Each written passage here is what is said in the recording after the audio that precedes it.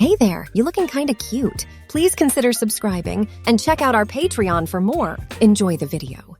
Katie wakes up and is surprised to see Mrs. Bright there. Hello, sleepyhead. Did you get a good night's rest? Katie notices that Mrs. Bright has prepared a small breakfast for her. Mrs. Bright tells her, "You really need to eat something because you need to regain your strength so you can get back to your normal life. But before you can eat, I'll teach you how to check your blood sugar every morning." That's when Mrs. Bright loads the machine with a lancet and puts it to Katie's index finger, pushing the button which draws a little bit of blood for the blood sugar strip. "It won't take long before we know if you need insulin or not," Mrs. Bright assures. After checking Katie's blood sugar and finding the numbers are good, she lets Katie eat her breakfast. That's when Mr. Bright mentions he has secured a prescription for her insulin. "If you need a dose of insulin, I will be able to give you an injection if your blood sugars are not correct. But this time, your blood sugar is okay, so you don't need any." After Katie finishes her breakfast, Mrs. Bright says, "This is your medicine that Dr. Philippa has prescribed for you. You'll need to take both capsules every day." Mrs. Bright hands Katie her estrogen capsule. Katie takes it, and then Mrs. Bright gives her the second capsule, explaining, "This is spironolactone. It's a testosterone blocker, and it will help your estrogen hormone replacement therapy. This therapy will help you develop a more feminine body." That's when Nicola comes into the bedroom, beginning to pick out clothes for them both to wear that day. Nicola knows that Katie is going to meet Mrs. Rosenberg from school that evening. She will be the one to make the decision about whether or not you'll be attending St. Winifred. She'll evaluate to see if you're a good fit for the school. Mrs. Bright adds, "Mrs. Rosenberg already knows everything about you, Katie, so there won't be any surprises when she interviews you today." Mrs. Bright continues, "Just so you know, my husband and I will be in the other room. If there are any problems, all you have to do is yell for me or for Mr. Bright to come into the living room." Mrs. Bright reassures Katie further, "No one is going to treat you the way Mr. Jefferson did. That won't happen again.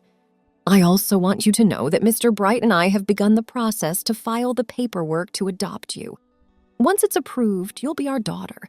With the support of the people who came with Mr. Jefferson, our paperwork will be processed faster than usual.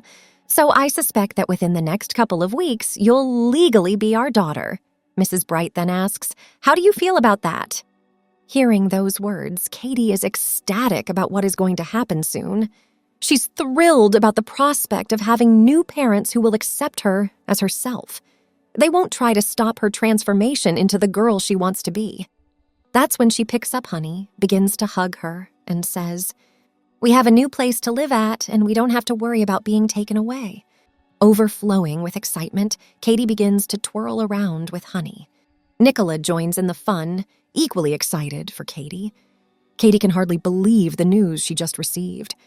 Mrs. Bright cautions Katie, "Now, you have to be careful not to overdo it. I know you're happy, but remember you're still recovering. Take things slowly." Katie, realizing her enthusiasm, decides to take a break and returns to her bed. As she sits, she smooths her nightgown. Nicola, meanwhile, had chosen a blue dress for Katie from the closet and picked out clothes for herself. Mrs. Bright then mentions, "I've taken out and rewashed the clothes you brought with you. They're hanging up in the closet now." She points to the closet, ensuring both Nicola and Katie are aware of the clothes.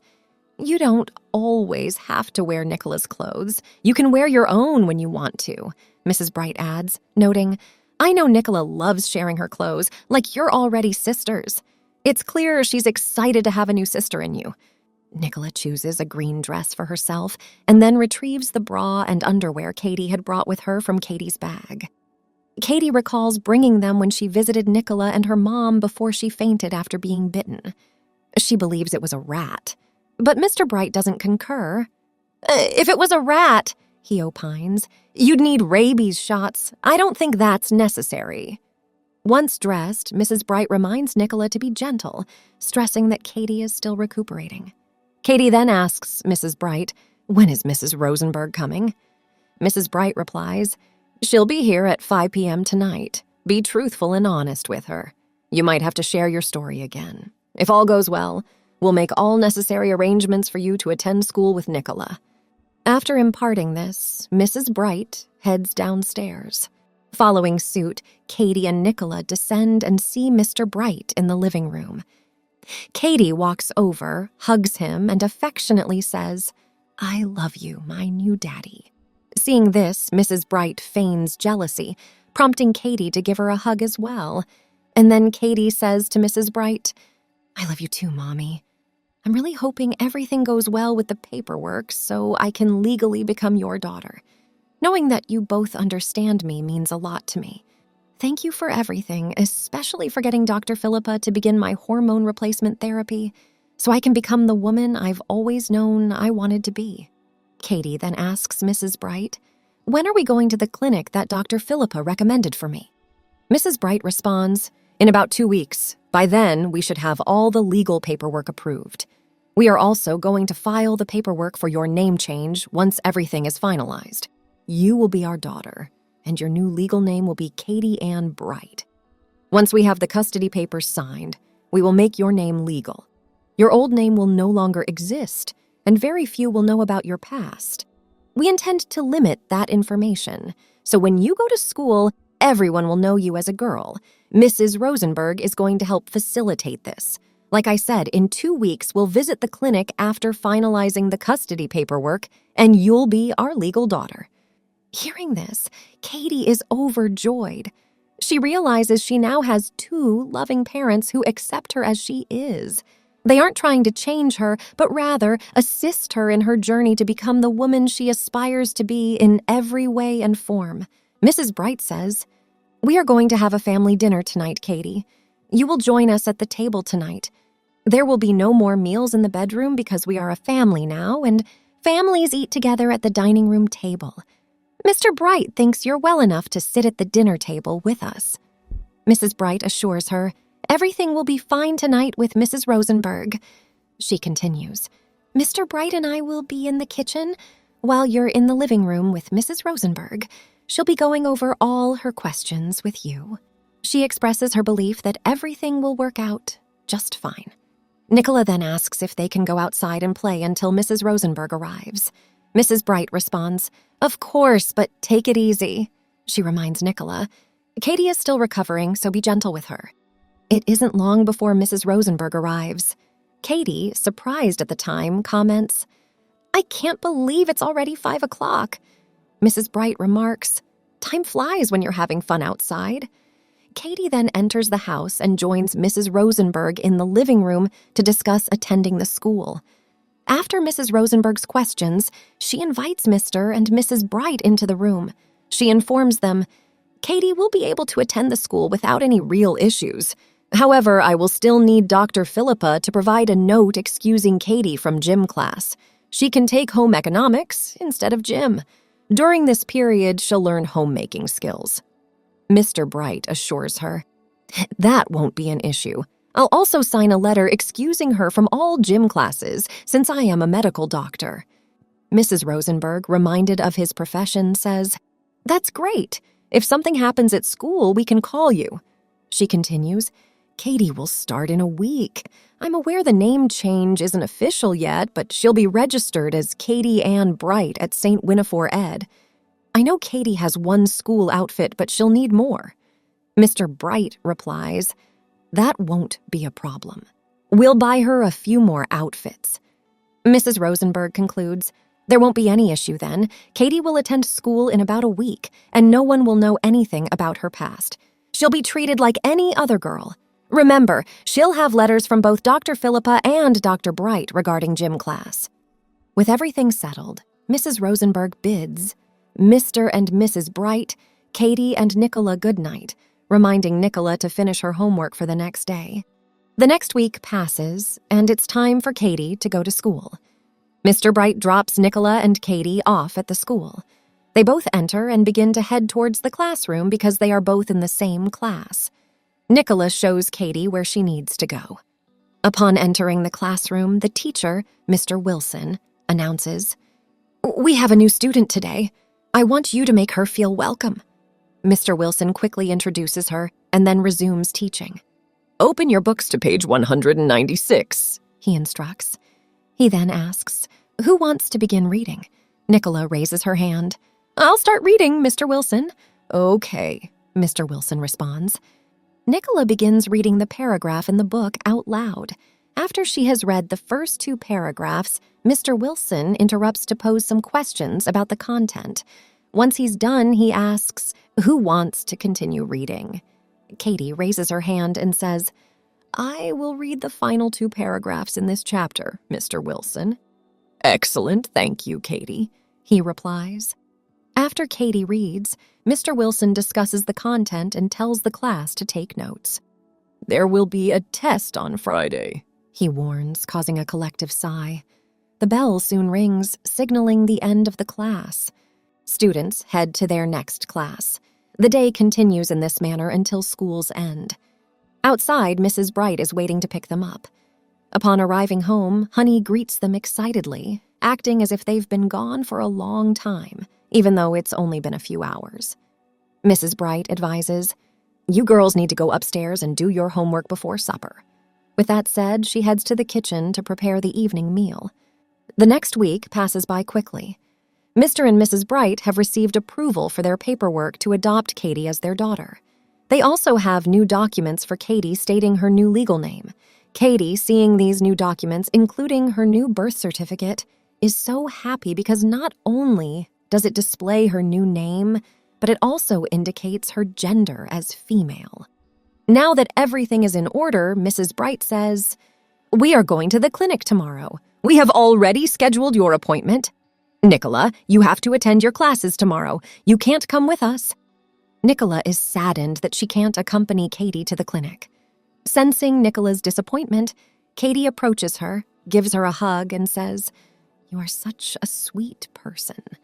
I know you really want to come, but I will be okay. I'll have your mom and dad with me, and I know Dr. Philippa will be there too. We've already met her, so everything will work out. With that said, Mrs. Bright tells Nicola to get ready for bed because they have a busy day ahead. The next day, Mr. and Mrs. Bright drive Katie to the clinic. Upon arrival, they're informed they'd have to wait in the waiting room because Dr. Philippa wants to see Katie alone. Katie is then called in. Following the nurse, she enters the examination room. Dr. Philippa starts by discussing everything that has been going on with Katie. She then instructs Katie to put on a paper robe for an examination. After the examination, Dr. Philippa asks Katie, how far do you really want to transition into a girl? Katie responds, I want to be as much of a girl as I possibly can be. I've always felt like one. Dr. Philippa then broaches the subject of an orchiectomy, explaining the procedure and how it could make hormone treatments more effective. She clarifies, this isn't reassignment surgery, so don't think that's what this is. You will still have male anatomy, but it will be so inconspicuous that unless someone is very close, they won't recognize it. When you turn 18, if you still desire gender reassignment surgery, I'm confident Mr. and Mrs. Bright will support you, and with your approval, too. Dr. Philippa adds, if you stay consistent with the hormones and blockers, then I foresee no problem in approving you for gender reassignment surgery. However, I'll expect you to visit my clinic every 6 weeks for blood tests and progress reviews on your transition. She then inquires, does that sound fair to you, Katie? Katie nods and confirms, yes, that's what I want. Dr. Philippa says, I believe that the estrogen you are currently taking will allow you to develop typical girl shapes. With that said, Dr. Philippa calls Mr. and Mrs. Bright into her office. She informs them about the surgeries available to Katie and mentions, I believe she can undergo the initial surgery now. Once she is old enough, if she chooses to proceed with the next surgical step, I will approve her for gender reassignment surgery. Mr. Bright interjects, stating he knows a reputable surgeon who would perform the procedure exceptionally well. He mentions to Dr. Philippa, we have been friends for a long time, so securing approval for her initial surgery shouldn't be an issue.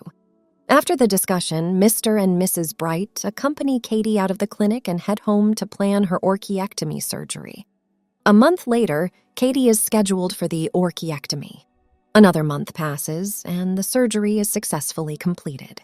As time progresses and Katie continues to attend school with Nicola, she approaches the Brights. She says, I know I'm 18 now, but I'd really like to continue living with you. Would that be okay? The Brights respond warmly. Of course you can. Both Katie and Nicola are thrilled, as Nicola also plans to stay with Mr. and Mrs. Bright. With everything in place, all approvals secured, the time comes for her gender reassignment surgery. Mr. and Mrs. Bright accompany her to the hospital. As she's prepared for her surgery and subsequently wheeled into the operating room, the procedure takes approximately 4 hours. Once completed, Katie is moved back to her room. On waking, she finds Nicola and the Brights by her side. Mrs. Bright tenderly says, "Good morning, my sweet daughter Katie. Everything is done and completed." After Katie is completely healed, they begin to head back to the house. Once she has fully recovered, both Katie and Nicola secure jobs in the same office as their father. They blossom into successful women, each eventually marrying wonderful husbands. Together, they enjoy fulfilling lives alongside their spouses. Inspired by their own adoption story with the Brights, they decide to adopt children, wanting to give back to society that provided them with such an opportunity. Eventually, Katie, Nicola, and their families find homes of their own as their husbands purchase houses for them to raise their children in. They all lead content lives. And although Katie and Nicola pass away just 2 years apart from each other, their bond remains strong until the end. Throughout their lives, they remain deeply grateful to Mr. and Mrs. Bright for all they had done for them. Thanks for watching. Be sure to check out Patreon for a lot more content and early access to YouTube videos.